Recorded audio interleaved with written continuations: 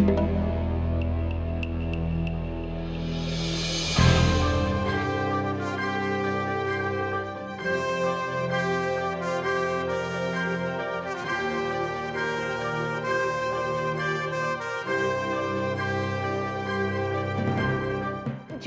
is a fascinating discipline because it is a study of place. We may study economic development in a place. We could study urban processes in a place. Geography is about seeing that which is readily visible to the human eye, but also that which cannot be seen except through the use of maps and other technologies. Well, in terms of the Geography Map Library, geography is simply maps. Geography is the knowledge about human habitat, simple like that.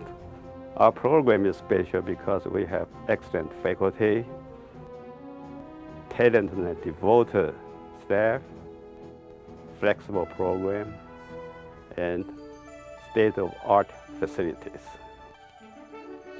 Well, the Geography Department's Map Library has a collection of about 300,000 maps. The map library here is probably the largest in the CSU system, a third of which is basically from the United States Geological Survey depository that we have.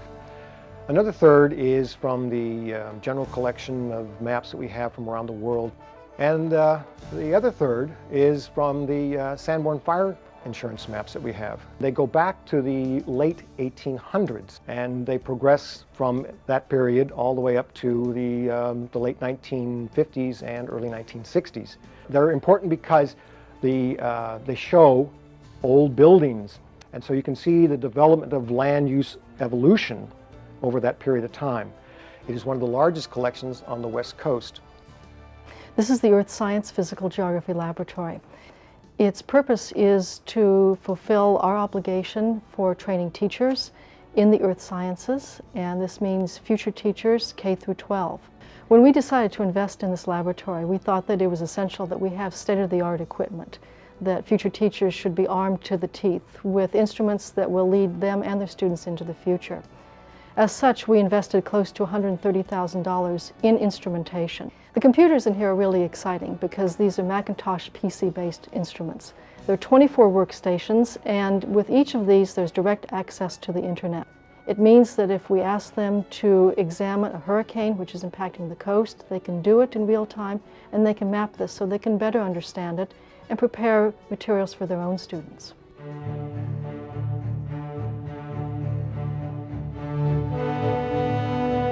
A couple of years ago, the convergence of my interest in California geography, mapping, digital systems, was transformed into the development of what I call the California Geographical Survey. Currently, the total number of images is approximately 1,500 maps. They're all in color, they're fairly large, quite detailed, and if downloaded, you can make wall maps out of them. Governor Jerry Brown's cabinet determined in the 1970s that it might be interesting to explore the notion of map making in the state in a rather different non-technical vein that had been done by government agencies. And out of that came the idea to do an atlas on California. I was involved in the early planning of it, and as a result of our wonderful facilities, the talented people here, CSUN became the home for the project. We had the facilities, we had the people, and we could do the job. The faculty as a whole is pretty strong, but within that there are some real stars, and two of them that come to mind immediately are Jim Allen and Gene Turner. Beginning some time back in the late 70s and early 80s, they became involved in the whole issue of migration, ethnicity, and settlement in the United States. Their first major project culminated in the book We the People, which is one of the most honored reference books of the late 1980s. Well, in 1979, Jim asked me if I might be interested in working on an atlas or an ethnic atlas of the United States, and it sounded to me like a good idea. There was going to be some new data on ancestry in the census, and so it would give us an opportunity to look into ethnic patterns as people had not been able to before.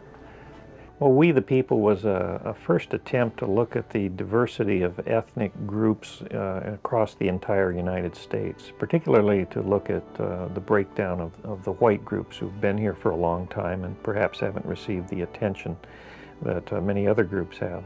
The ethnic quilt looks at the structure of Southern California's population in terms of three dimensions: the ethnic dimension, the social class dimension, and the geographical dimension, where people are located. And we attempt to pull these together through history to show Southern Californians and the rest of the country who our people are. Well, the response to the ethnic quilt has also been very positive. Jim and I had received the Scholarly Publication Award from the university, and it's also received a number of very positive reviews in the press as well. What surprised us and has made us happy is it's been used as a textbook in a number of campuses, not only in Southern California, but at places like Arizona State. And it's been used by a number of disciplines outside of geography as well. One of the ties that the department has with the external community is this contract that I've got with the U.S. Navy with their Natural Resources Office on San Clemente Island to provide weather data for the restoration of the native vegetation on the island. So we're now up to about $230,000 total over the last 7 or 8 years. And it's also meant that we've had a whole series of students that have been involved with doing the project, going out to the island, maintaining the weather stations, fixing the equipment. So they're dealing really with some of the latest equipment, latest software.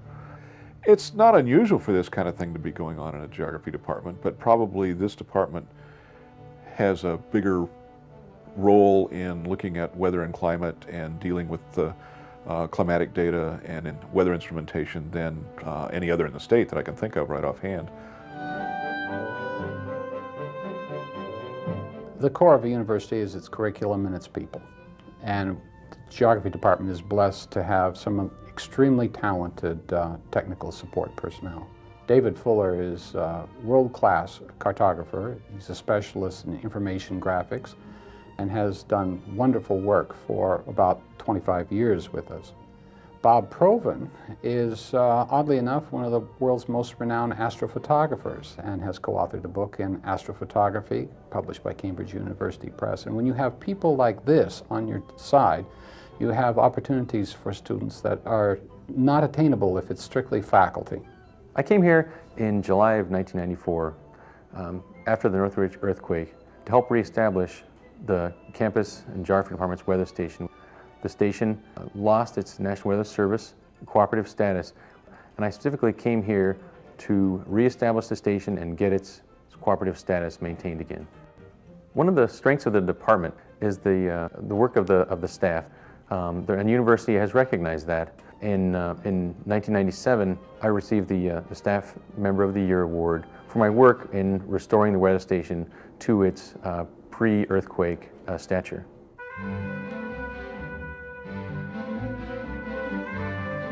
We have long association with university in China.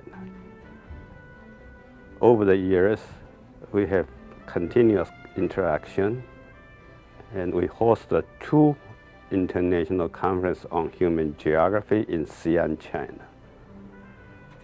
We are going to host the 3rd international conference in the year 2001 at Northridge. We are in the process of developing a joint MA program with the Institute of Human Geography, Xi'an Foreign Language University. Well, it's very unusual to be a geographer dealing with the Balkans. It's such an essential part of the world and so important in terms of the magnitude of the conflicts going on. But in this country, there's only a handful of geographers who specialize in that region. My own research dovetails well with my teaching because I teach a course in the geography of Europe, and I'm able to bring firsthand knowledge of the region to my teaching. My history with the department is long. I came here as an undergraduate, got my BA here, my Master's of Arts in the department, and then I was very fortunate to be able to come back here and to teach full-time. I think Cal State Northridge is an excellent university. I think the department is extremely strong, and I feel very privileged to have the opportunity to teach here. Geography has been a foundation for many of our students going on into careers.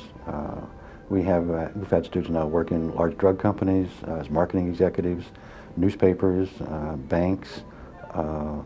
They've started their own companies. Most recently, many of our students have gone on to become senior analysts in large corporations and making fairly good money at this. And of course, what they've all done is use geography as a base, but after 2 or 3 years into their career, they begin to branch out into other areas. So geography is not a field that sort of limits you in you're doing one thing. You're just not a map maker. And essentially use maps to promote your career inside the company is what they've been doing. It's always struck me that geography can be very much applied. So on the one hand, I'm a historical geographer. On the other hand, my teaching and everything that I do for my students is all very much applied in saying, how can I help you leave the university with a good, solid education and get a career? I'm not interested in getting students jobs. I'm interested in providing them a basis upon which they can have careers.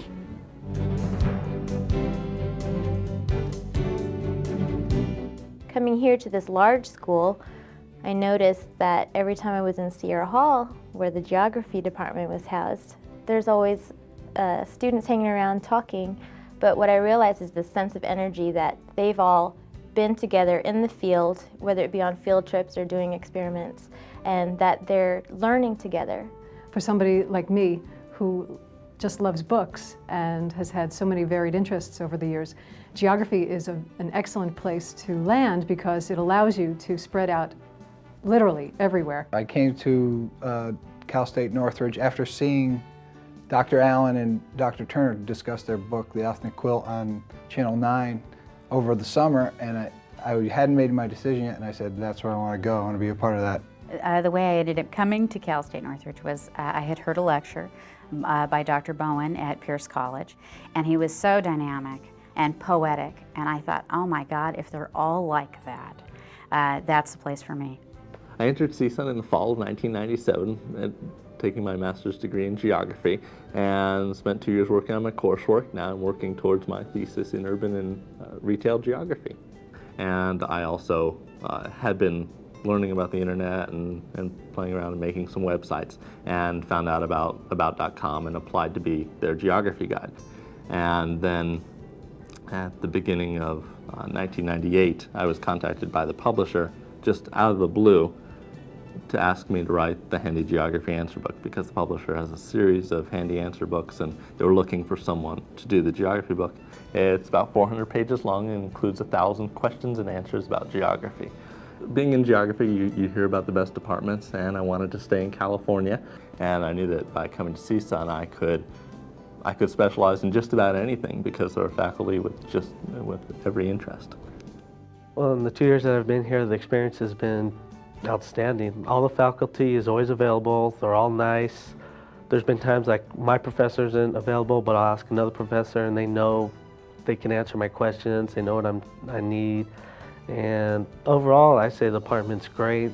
The very best part of being in this department is that no matter what I've thought to do, some research on, I've found a professor or a class and a professor who has encouraged that sort of research. What's fulfilling for me, it's not any one experience. It would be the whole experience of studying the different aspects of geography. I view geography as the bridge between the social and physical sciences in trying to look at the things that make the world around us the way it is and tie the different threads together so that it's both human activities, physical processes, how they interact, how they feed back on each other. And as far as I'm concerned, sitting on that kind of link between the two broad areas is what makes geography both unique and exciting.